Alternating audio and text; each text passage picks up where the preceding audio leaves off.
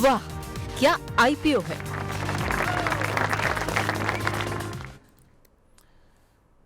तो वाह क्या आईपीओ में सबसे पहले आज बात करेंगे आईसीआईसीआई प्रूडेंशियल एएमसी की आईपीओ की।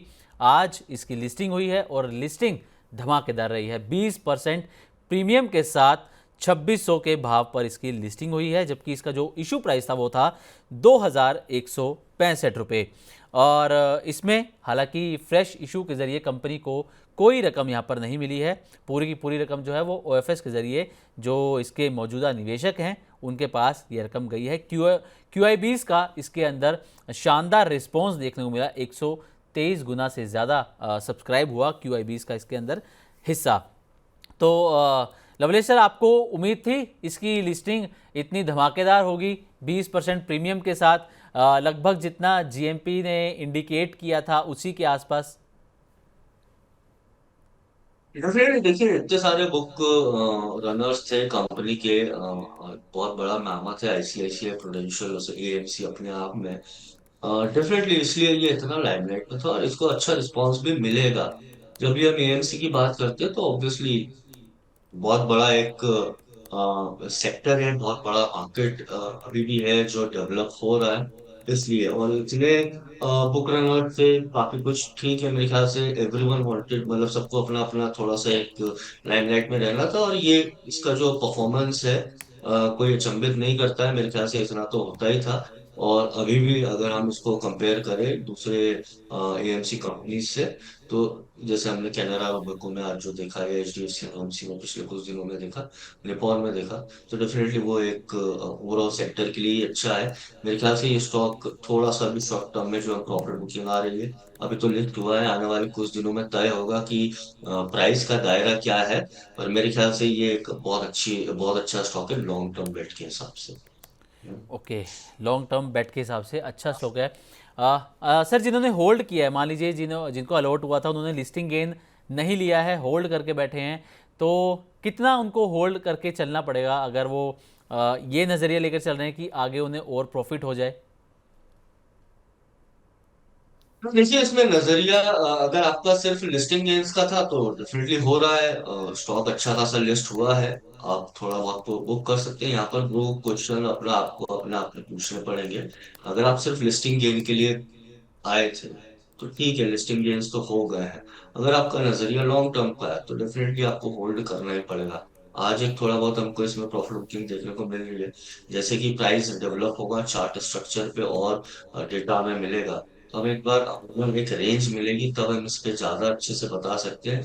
ओवरऑल जो थीम के हिसाब से एक जनरल व्यू है, तो मेरे ख्याल से आईसीआईसीआई का जो एएमसी है आपके पोर्टफोलियो में होना चाहिए। पर एक बार थोड़े दिन हो जाए, स्टॉक की वोलैटिलिटी कम हो, प्रॉफिट बुकिंग आ रही है, कहाँ पर स्टॉक में स्तर बन रहा है जहां पर लेवाली हो रही है, बाइंग आ रही, वो हमको देखना पड़ेगा। तो फिलहाल तो लॉन्ग टर्म के हिसाब से अच्छा है, पर शॉर्ट टर्म में मैं इसमें थोड़ा सा वेट एंड वॉच की सलाह दूंगा नए निवेशकों के लिए।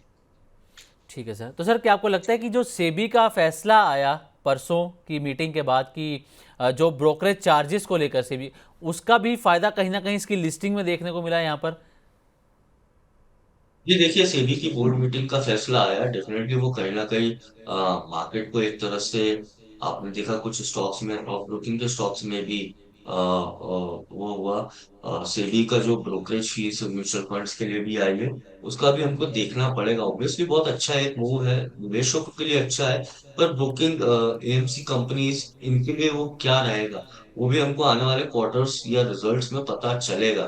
तो आई थिंक थोड़ा सा अर्ली हो जाएगा उस पर कॉल लेना।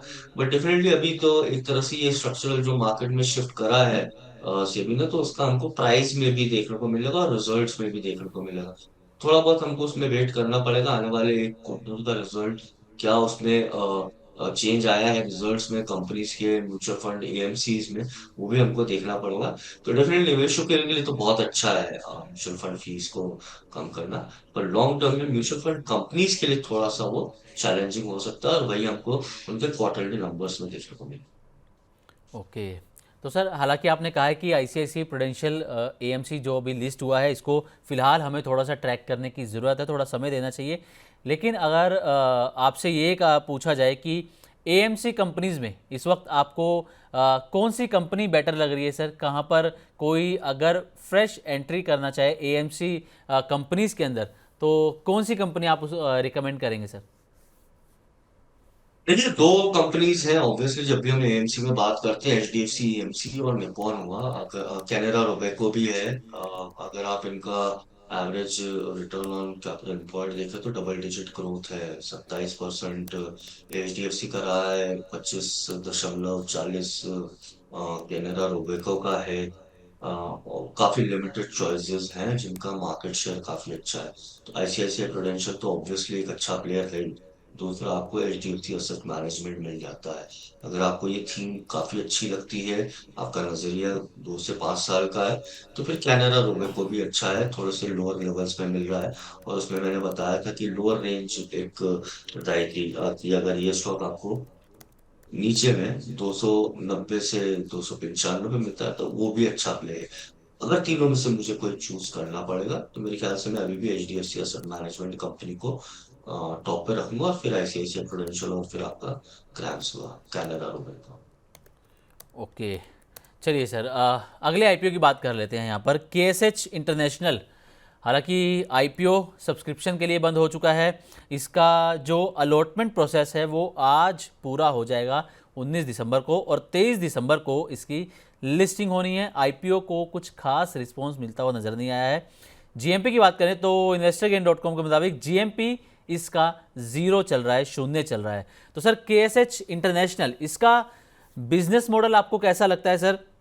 क्या कंपनी के अंदर दम नज़र आ रहा है कि जिन्होंने पैसा लगा दिया, अलॉटमेंट हो गया, तो वो क्या करें सर उसके अंदर? क्या लिस्टिंग गेन लें या फिर होल्ड करके चलें इसको? नहीं नहीं, अभी तो जीएमपी ही आपने देखा कि कंपनी की लीडिंग मैन्युफैक्चरर है इंसुलेटेड टैंगुलर और वो वाइंडिंग वायर्स में। पर एक बार मुझे इसके फाइनेंशियल्स थोड़ा देखना पड़ेगा, स्टडी करना पड़ेगा। मैं इस स्टॉक को पर्टिकुलरली ट्रैक भी नहीं करता हूँ, तो यहाँ पर मैं इस पे कोई सलाह देने से थोड़ा सा बचूंगा।